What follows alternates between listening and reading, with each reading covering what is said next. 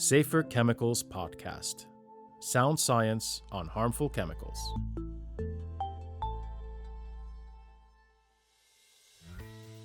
Welcome to another episode of the Safer Chemicals Podcast. Today, we continue with our series that takes a deeper look into the outcomes of the risk assessment and socio-economic analysis committees following their regular meetings. Both committees prepare scientific opinions that are used by the European Commission and EU countries when deciding how chemical risks need to be controlled.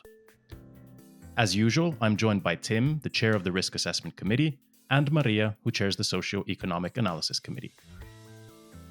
Now this time we'll start with a common topic for both committees: the restriction of polycyclic aromatic hydrocarbons, or PAHs for short. These are used in clay targets for shooting. PAHs are known to cause harm to both people and the environment. And here, the Risk Assessment Committee adopted its opinion on the risks, while the Socio-Economic Analysis Committee agreed on its draft opinion. The Socio-Economic Analysis Committee's draft opinion will still go through a 60-day consultation that will be open to the public. Now, before we get to the outcome, could you tell us more about what these clay targets are and why they have PAHs in them? Clay target shooting is a sport where people aim at a special saucer-shaped target known as a clay target, or sometimes as a clay pigeon. And they practice using these targets to aim at. They're also used by some small game hunters for practice. Now, these targets are manufactured using what's called a hot molding process. So they're basically molded in a machine.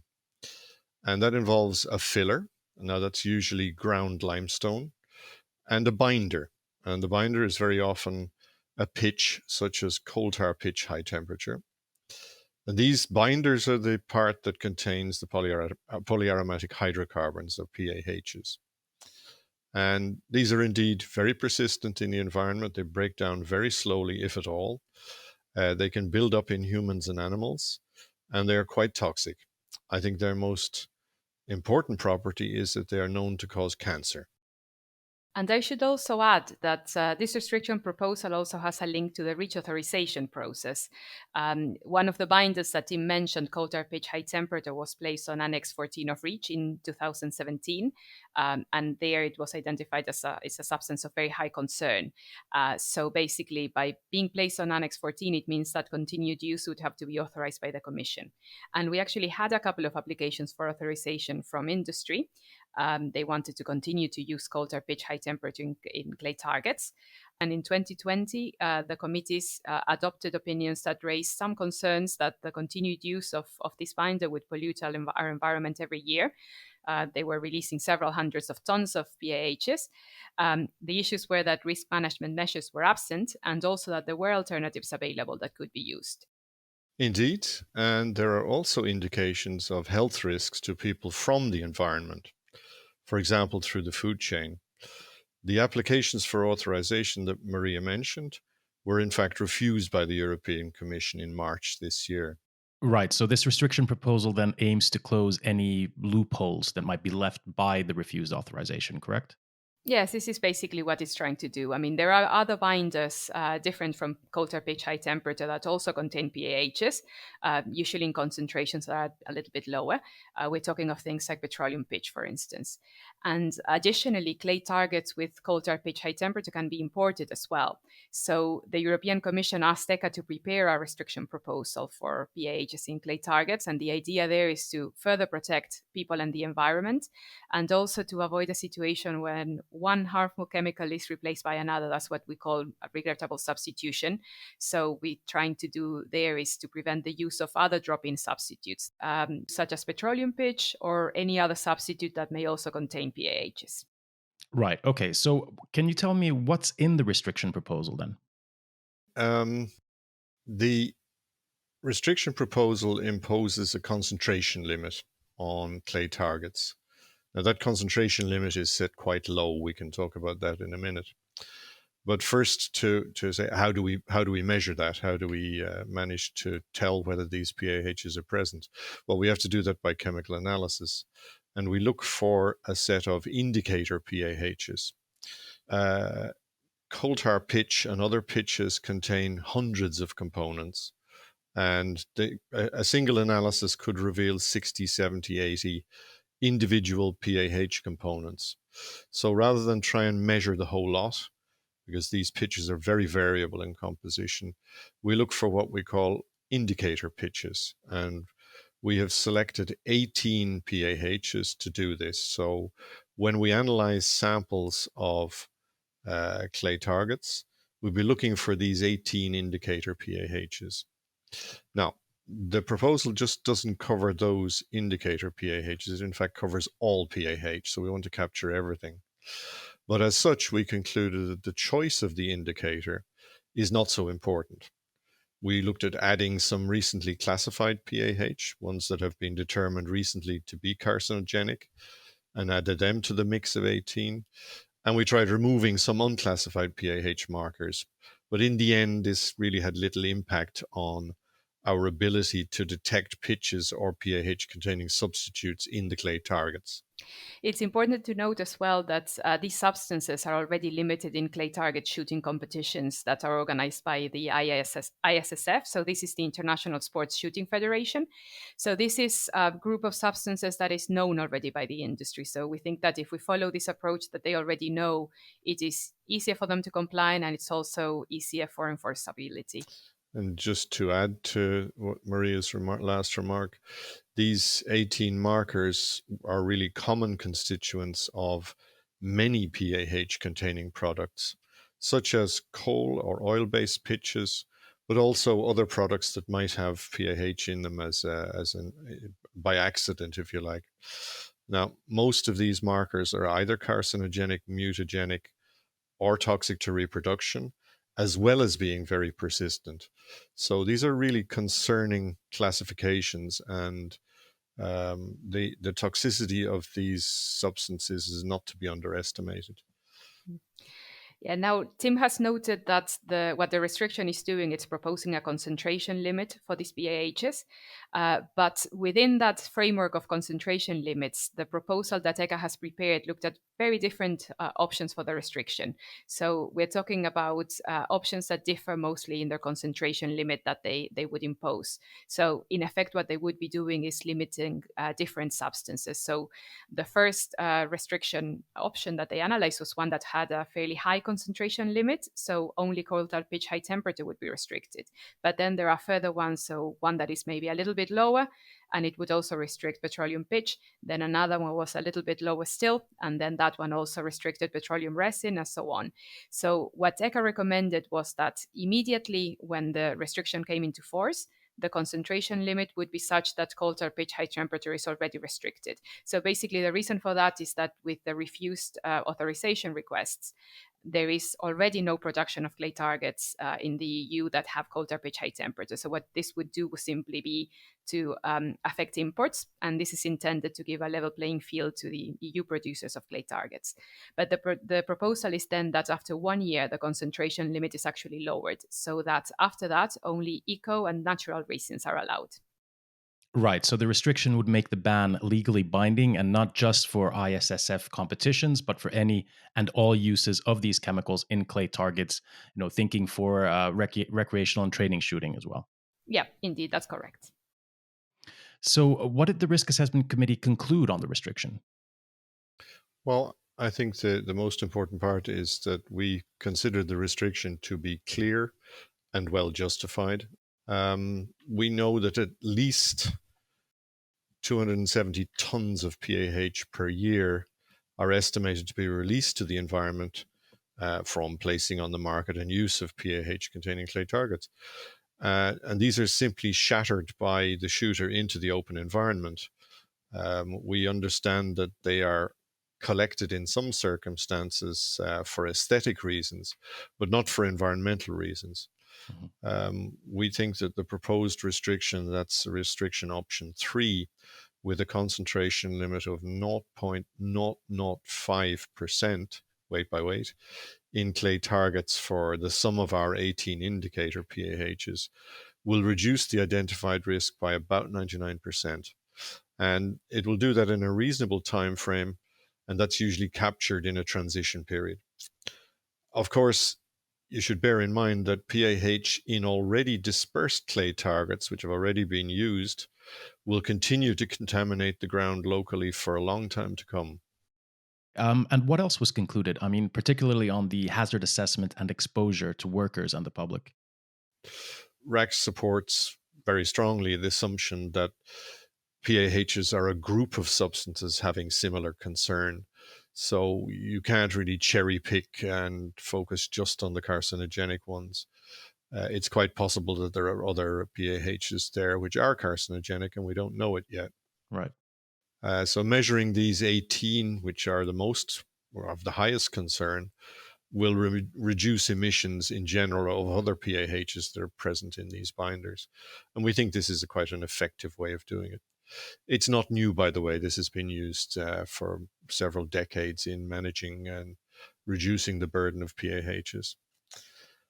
And the committee also considers that the exposure to workers who might be dealing with clay targets, picking them up, handling them, and the public from using them for shooting and related cancer risk are really supporting reasons to justify the need for a restriction. So the primary aim is an environmental concern, but there's also a secondary concern of people being exposed to these materials. What about derogations? Were there any on the table? So, talking about exempting some of the uses from the restriction. No, RAC could find no good reason to allow continued contamination of the environment from a use such as this. And neither did SEAC, actually, so there are no derogations proposed. What about the alternatives then that don't contain PAHSs? Maybe, Maria, you want to continue from those? Are there any Yeah, available? yeah, sure. There are some alternatives that are safer and that have similar properties as well. So, we're talking most commonly of eco-resin-based targets made of pine resin, for instance. So that's one. And SEAC, one of the things that it did was assess the availability of such alternatives, and we did not find any evidence that switching to them would lead to any, market disruptions or shortages in the supply. So we think that those should be available to substitute to. Going back to the enforceability and to RAC, what did the committee conclude on the enforceability of the restriction? So, are there available techniques to identify these PAHSs in the clay targets to make sure they're not being used? We've been analyzing PAH in various situations, including analyzing them in articles for many decades across Europe. So this is well-established analytical technology. So it's expected that the techniques currently in use for the identification and quantification of these PAHs can be adapted to allow enforcement of this restriction. I guess it's fair to say that the restriction sounds quite straightforward from the risk assessment side. Maria, what about the socioeconomic aspects? Well, the headline of our assessment is that we supported the proposal by ECA, by the dossier submitter, with one difference in terms of the transition period, which I'm sure we'll come to. So in general, we found that the proposal that was made was the most appropriate EU-wide measure that could address the identified risk. And we took into account the proportionality of the benefits and cost to society to make that conclusion as well. Okay, and can you tell me what the estimated benefits and costs actually are? Are there any concrete numbers? Yes, there are some concrete numbers. So, starting with the benefits, we're talking about benefits in terms of avoided health and environmental impacts and damages. And the damages have not themselves been quantified. So, what the proposal does is to use the avoided environmental emissions as a proxy for that risk. And this is an approach that is endorsed by SEAC for such substances. So, under the preferred restriction option, the yearly reduction of PAH emissions would be 268 tons. Mm-hmm.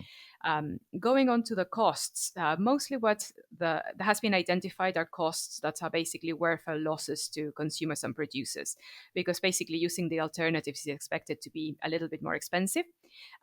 So these welfare losses are estimated in a bit of a simplified way, but assuming that the number of clay targets purchased remains the same, while the price increases a little bit according to the extra costs that are coming from using the alternatives. And that gives a bit of an upper end of the estimate. So in the proposal, the estimates for the additional cost for shooters when using the eco-resin, which is the preferred restriction option, are found to be quite moderate. So we're talking about 35 euros for an average shooter. And if we're talking about a competitive shooter, we're talking about 350 euros. And these numbers are per season. Right. In addition to this, there are expected to be some costs for enforcement to the authorities, but these are pretty moderate as well. No, they don't make much of a difference. And in total, we're talking about 3.6 million euros a year. What about the transition period? The original restriction proposal presented a 1-year transition with a higher concentration limit for the 18 PAHSs. Yes, I think I mentioned earlier there would be an immediate ban on coal tar pitch high temperature and then 1-year transition period before the lower concentration limit came in. And SEAC has looked at what's expected to happen during that 1-year transition period. And of course, we would have further emissions. And the original proposal by ECA considered that there would be costs around switching to alternatives. So for the producers adapting their supply chains, adapting their production lines, for instance. So the dossier submitter considered that to avoid these, we would need a 1-year transitional period, and it would be appropriate basically to tolerate the extra emissions. Now, SEAC analyzed the evidence that was available and considered that it just didn't support the assumption that there would be significant cost for switching to an alternative. So what they concluded was that not having a transition period would actually improve the proportionality of the restriction as a whole. So no transition period would basically mean that the concentration limit would be set at a lower level, that's 0.005%, straight at the point of entry into force. There's a little difference there, however, that if the eco and natural resins would fall under trade sanctions on Russia, it's possible that transition period of 1 year might be justifiable to avoid shortages, because quite a lot of them are imported from there. Right. Yes, and this is something that we will specifically be looking for information on during the consultation of the SEAC draft opinion to see if there's, producers give us more information about the potential costs that they may face to switch over to an alternative. Okay, and actually then leading on to this consultation, so when will it start and what kind of information are you looking for? Well, it actually started already on the 14th of September. The plenary meeting was still ongoing at that point, and it lasts until the 14th of November.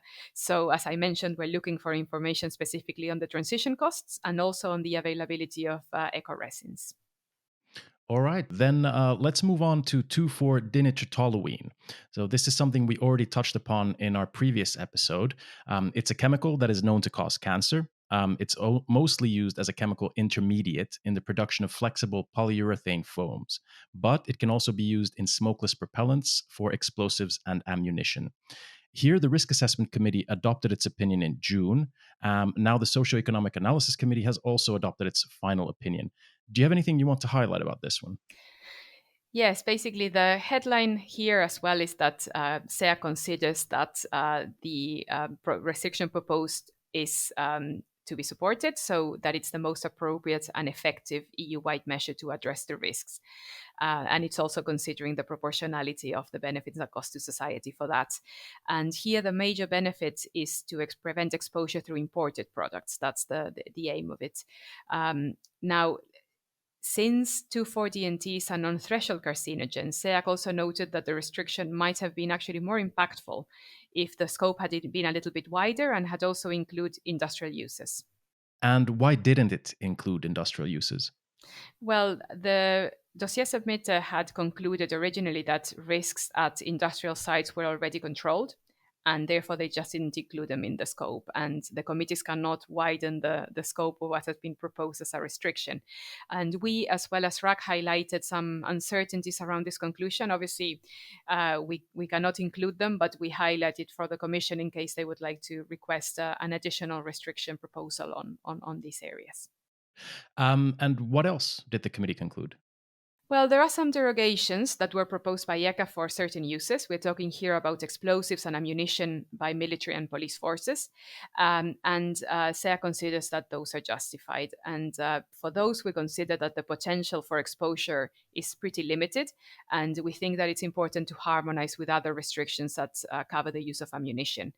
Also, in the consultation that we had on the SEAC draft opinion, we had new information received, and people who responded were asking for a 36-month derogation period for uses in microgas generators, and they were asking for an unlimited derogation for legacy uses in the car industry, so basically for spare parts. SEAC analyzed that information, and it found that the time-limited derogation for the microgas generators, that was justified. However, for the spare parts, SEAC did not support an unlimited derogation and instead considered that a 36-month derogation period should be enough to minimize any major economic impact. And in general, SEAC concluded that the restriction would be practical and monitorable. So both committees have now done their scientific assessment. Next, the combined opinion goes to the European Commission to decide on the restriction together with the EU member states. Let's go back to you, Tim, and talk about the latest harmonized classification and labeling cases, so where chemicals are given a consistent hazard classification and labeling requirement in the EU. The most interesting cases this time were on 9-borate salts. What are these chemicals and where are they used? Borates are naturally occurring minerals containing the element boron. Now, trace amounts exist in rock, in soil, in water. Plants need them to grow. People need borates as an important part of a healthy diet. So these are essential minerals. There are many different borate salts, and this is the fourth time we have classified some of the members of this family. Boric acid is the toxic component common to all these salts, and the concern is very specifically for reproduction. Okay. So the peroxoborates are a subgroup of, if you like, of the family of borates. Peroxoborates are used as oxidizing and bleaching agents, mainly in detergents and in cleaning products. And this could include stain removers, it could include dishwasher tablets, and several other common uses. Peroxoborates are also used in both regular and compact heavy-duty laundry powders, but also in the past they were used in cosmetic products quite a lot, such as hair dyes, teeth whitening agents, bleaching products, and nail hardening products. Mm-hmm. Then there's an organic borate called trimethyl borate, and it has different uses, for example, in welding and soldering products, and as a laboratory chemical, amongst many other uses. So the range of uses is really quite wide indeed, and that's one of the issues here. And what's the RAC's opinion? The main hazard class addressed, as I said, is toxicity to reproduction. And RAC already agreed to classify all of these substances as Repro 1b, that's the peroxoborates, and that's for both effects on development and for effects on sexual function and fertility. So effectively, it's a double classification. Now, the evaluation is done on the basis of reading across data from boric acid and from other borate salts. We don't have much data on the peroxoborates themselves, so we're using the very closely related members of the same family and their hazard characteristics to classify the peroxoborates. Right. And this is exactly in line with the proposal from Sweden, who was the dossier submitter. And it's also the same for trimethyl borate, the organic one we talked about from the Netherlands.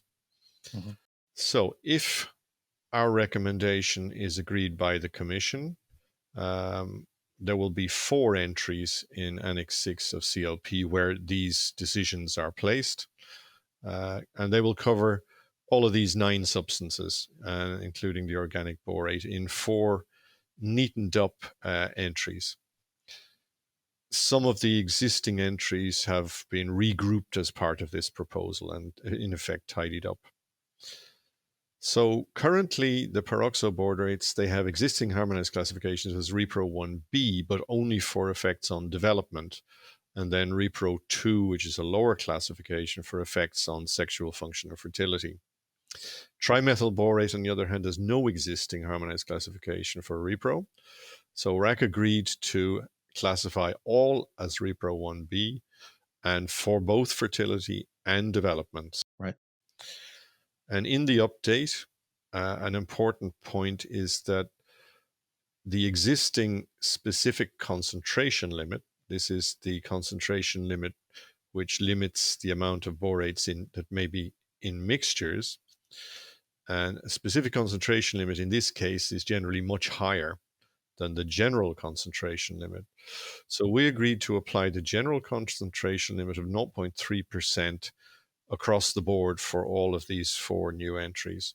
And this substantially lowers the limit for mixture classification in the future and adds to the safety of dealing with these products. Mm-hmm.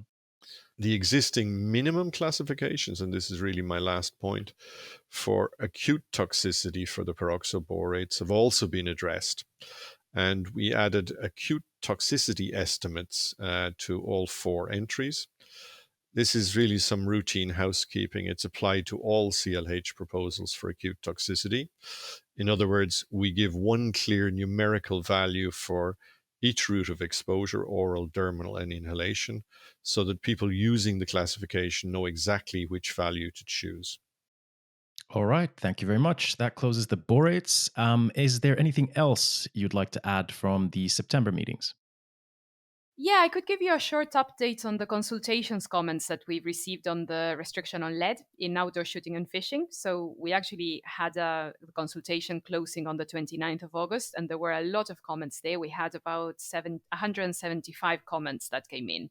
So first of all, I would really like to thank all of those who took part, and we will be looking at them in a lot of detail. But I can give you a little bit of information on what we got. So we got quite a lot of comments on the hunting and sports shooting and some on fishing. So on hunting, maybe to highlight comments on the transition period of the ban of lead gunshot. There we had quite a lot of conflicting comments with some people saying that longer one would be required and some saying that a very short one would be fine. So we'll need to analyze those in a lot of detail. And then there was some information coming in also on items such as the use of historic guns in hunting, which was a specific question we had there. Mm-hmm. On fishing, we also had a couple of specific questions, and one of them was for the alternatives for split shot sinkers with a small weight, and we had some info there to look at. And finally, in sports shooting, we had quite a lot of evidence presented on the accuracy of steel shot versus lead shot in clay target shooting. We're going back to clay targets here, and also on the ease of multiple switching from lead to steel and back. So here again, very conflicting evidence. People saying things that contradict each other, basically. So since our members are not real ballistics experts, we have contracted someone who really knows about that subject matter, and they can help us in interpreting this evidence on whether steel shot is a suitable replacement for lead shot in sports shooting. So we hope that will be very, very, very helpful. We also had a few other different items and different themes being brought up. Some around military uses. So is there going to be an impact on military training? Is there going to be an impact on military supply? Those are also important questions that we'll need to analyze. And we'll have to have a look at those comments and analyze them in detail. And then the rapporteurs will prepare a final version of the opinion, taking into account that information that will be coming for the committee before the committee in December to be adopted. All right, thanks a lot. Very interesting indeed. For our listeners, we talked about this restriction and the committee opinions already in our June episode, and you can find a link to that in this episode's description. Thank you both for sharing these updates with us. I look very much forward to having you back again after your meetings in December. If you want to know more about our committees or the topics discussed today, visit echa.europa.eu. Don't forget to subscribe to our podcast at echa.europa.eu/podcasts, and remember to give us feedback through our short questionnaire, and the link to that is in the episode description. Safer Chemicals Podcast. Sound science on harmful chemicals.